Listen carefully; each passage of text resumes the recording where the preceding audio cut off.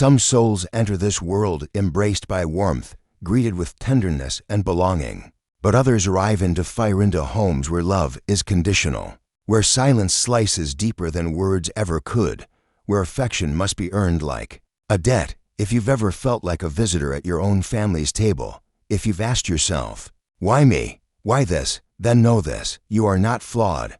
You are not doomed. You were selected. Carl Jung didn't see birth as random.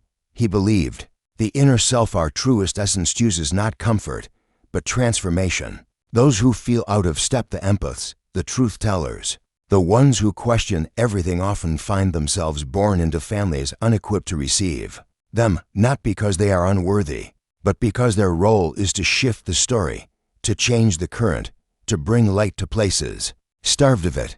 This isn't punishment, it's initiation. For some, life begins in safe arms. For others, it starts in the tension between who they are and what their family expects. And yet that very friction becomes the forge.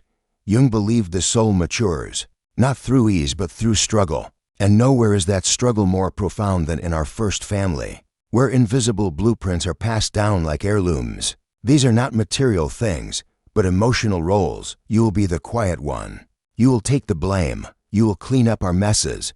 But sometimes, someone arrives who doesn't fit, someone whose presence disrupts the pattern. That disruption is the beginning of something sacred, the soul's unfolding. It doesn't feel sacred at first. It feels like isolation, like alienation, like grief. But within that grief is the first crack through which the deeper self begins to emerge. That fracture isn't meaningless, it's the start of awakening. Jung proposed that pain often conceals our deepest calling. And sometimes, that pain originates in the feeling of being unseen within the very home that raised us. This isn't about being the favorite. This is about being the catalyst. The one who sees the undercurrents everyone else avoids. The one who senses truth in rooms full of denial. You weren't placed there to suffer endlessly. You were placed there to transform. Let's go deeper into why your soul may have chosen such a place to begin. First, you didn't come to relive history. You came to rewrite it. While some families hand down keepsakes and stories, yours may have passed down secrets, silence, and the art of acting like everything is fine. No one says what they feel, but the tension is thick in the air. You were told not to ask questions, not to cry, not to upset the balance, but something inside you couldn't play along. You sensed the grief behind the forced smiles, the cold beneath the words. You noticed that love came with conditions: behave, obey, conform. Jung taught that pain echoes through bloodlines until someone finally hears it and turns to face it. That someone might be you. You may have spent years thinking you were the problem, too sensitive, too serious, too difficult. But what if you weren't broken at all? What if you were simply awake in a place that had forgotten how to feel? You came to interrupt the cycle, to hold up a mirror, to quietly or loudly declare, "This ends now." They may not have understood. They may have rejected you, criticized you, painted you as the outsider, but their rejection only confirms your purpose. What they saw as rebellion was your memory of a deeper truth, that love should be kind, that silence isn't safety, that pretending doesn't heal. Ending the cycle won't always earn you praise. It might make you the scapegoat, but it will bring you into integrity with yourself, because the wound you carry was never yours to begin with. You inherited it, but now, through your awareness, you're offering something new, a beginning, a breath, a break in the chain. This isn't abandonment, it's alchemy. Now consider this: not all blessings arrive wrapped in comfort. Some show up as pain, sharp, hidden, but sacred. You might not remember the first time the world told you that you were too much or not enough, too emotional, too intense, too quiet, too needy, or maybe not worthy at all. So you learned to adapt, to be who others needed. You smiled when you wanted to cry. You made yourself smaller. You became peacekeeper, fixer, forgiver, whatever it took to survive. Jung described this kind of pain as the sacred wound, not just a hurt, but a deep hollowing that calls forth your truest self. That quiet child who noticed everything, who felt the change in a parent's tone before a word was spoken, who lived on edge but learned to sense what was never said. That child was never weak. They were awakening. The wound became the doorway, not into perfection, but into soul, You learn not just how to endure, but how to see with clarity, how to feel with depth, and that is no small gift. Your sensitivity, your intuition, your yearning for truth, these are the marks of a soul becoming whole.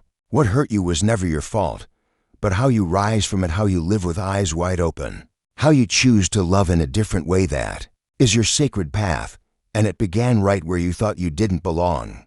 Some people come into this world bearing the weight of a family's unresolved pain and emotional inheritance so sharp and consuming it feels like a punishment. But what if that sensitivity isn't a curse at all? What if it's the very thing that holds the power to set you free? Pain, when acknowledged instead of suppressed, becomes a source of strength. The deep wounds you carry don't ask you to harden your heart. They ask you to meet your truth with softness, not to run from the ache, but to listen to it, to ask, what strength was born in my silence? What clarity hides within this hurt? You are not damaged because you feel deeply. You are awakening. That wound is not your shame. It is your invitation back to your most authentic self. Though it may have begun in shadow, it is leading you towards something bright and real. Think of this. Maybe they never truly saw you. Maybe your presence was always too much. Not because you were flawed, but because you held up a mirror they didn't want to look into. And that, too, was part of your soul's path. You were the one who noticed what others ignored. In households ruled by silence, you picked up on every unspoken rule, every shift in tone, every glance that said more than words ever could. You saw the contradictions, the favoritism, the subtle manipulations. As a child, your truthfulness was uncomfortable for them. You may have been labeled dramatic, overly emotional, or suspicious. But the truth is, you simply saw too much to stay silent. Carl Jung believed that some people are born as intuitive beings who perceive what lies beneath the surface. These people don't come into families to maintain illusions. They come to reveal what's been denied. In families that survive on denial, truth is dangerous. And when you named the dysfunction, called out the manipulation, the inconsistency, you became the problem. Not because you were wrong, but because you were right. Your ability to see was never a weakness. It was your unwillingness to stay blind. You weren't meant to play a role in the performance your family rehearsed. You were meant to recognize the script and step away from the stage. This is why those who see clearly often feel isolated, not because they've lost their way, but because they're awake. Jung would remind you, your task isn't to mend your family, but to evolve beyond it, to become something they never had the courage to face, to live a life rooted in authenticity rather than pretending. And in doing that, you become a reflection, a reminder of all that's been buried. Don't expect applause for this. Many won't appreciate the light you bring, but souls like yours are not here to be easily understood. You're here to shake things loose, to reveal what's hidden, to help a lineage remember how to feel again. So if you've been criticized for naming what others ignore, hear this: you were never too much. You were simply the light no one was ready to have turned on. That insight, that bravery, it's not your burden, it's your power. Jung also said that the strongest force in a child's life is often the unlived life of their parents. That weight can feel suffocating, as though you're chained to a past that isn't yours. But sometimes, the child becomes what the parent never dared to be. You might think you landed in the wrong family, that your soul was misplaced, but what if you're exactly who they unknowingly needed? Not to carry their sorrow or become their savior, but to live freely, to show what healing actually looks like. You see, personal growth isn't selfish, it sends ripples backward through generations. When one person chooses to wake up, the entire family line begins to stir. Not everyone will follow. Some will resist, but your choice to rise, to heal, to transform it plants new roots. It cracks open what was once seen as fixed and unchangeable. Within you lives the unfinished business of those who came before, heartbreaks, traumas, secrets swallowed in silence. But your evolution breathes new life into those old stories. You become a vessel for change, a beacon others may one day recognize as home, even if they don't yet know it. So in moments of doubt, when the chaos feels too much and you question your place, remember, you were never a mistake. You are the unfolding of something sacred. You are the returning light. Pause, ground yourself, put your hand over your heart. Whisper this truth: I was not born into pain to drown, I was born into it to awaken. And now reflect. What cycles am I here to end?